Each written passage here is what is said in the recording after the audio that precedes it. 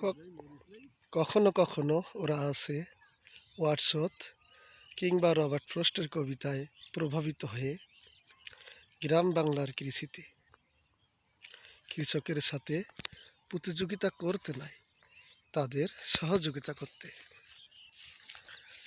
আসসালামু আলাইকুম dear viewers.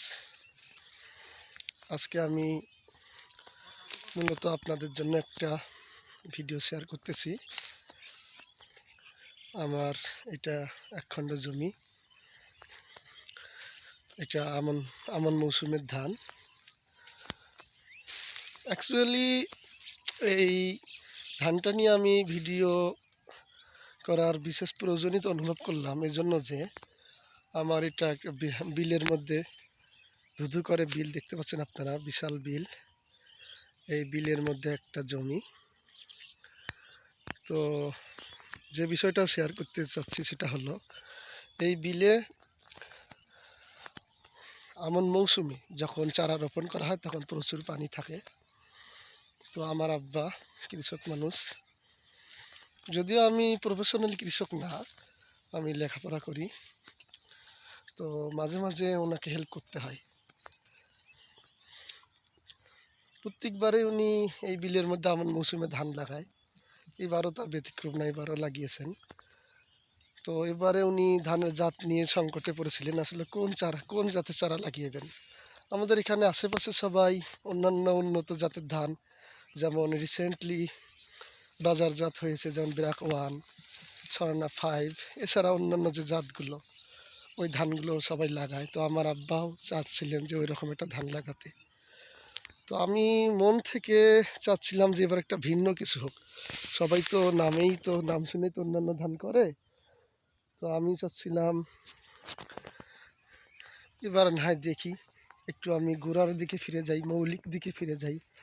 আমাদের Bangladesh rice research institute BD কর্তৃক যে জলাবদ্ধতা, ডোবা, পানি সহনশীল যে জাতগুলো, সেগুলোর মধ্যে কোনোটা লাগানো যায় কি না।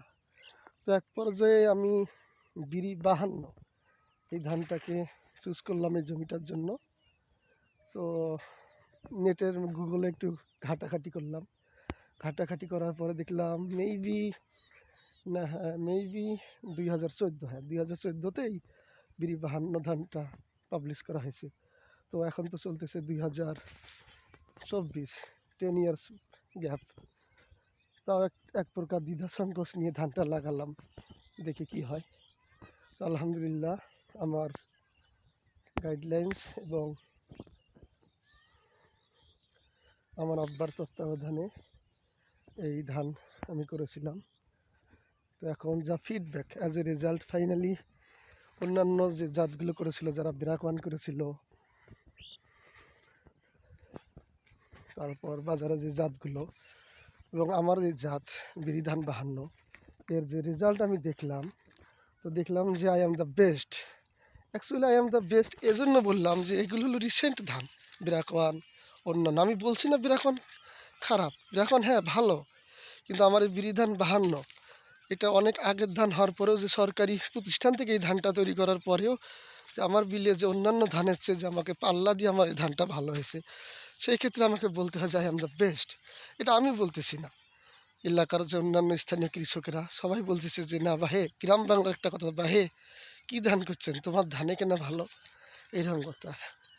তো I am really glad, I am really happy. I thanks Bangladesh rice research institute authority, and especially thanks to my Lord Allah.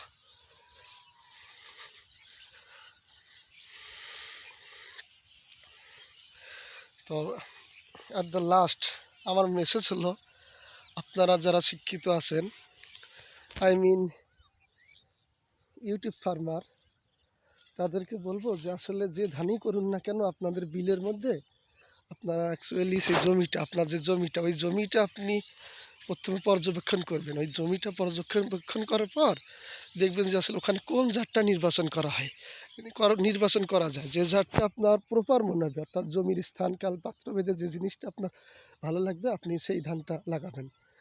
আশা করব যে আপনারাও লাভবান হবেন। পরিশেষে আমি চাই যে বাংলার প্রতিটা কৃষক যেন ধানে ফসলে লাভবান হয়। কারণ দীর্ঘ 6টা মাস কত প্রপার ট্রিটমেন্ট, কত পরিচর্যা, পানি সেচ, কতটা পরিশ্রমে তাদের এই ফলন। All the best.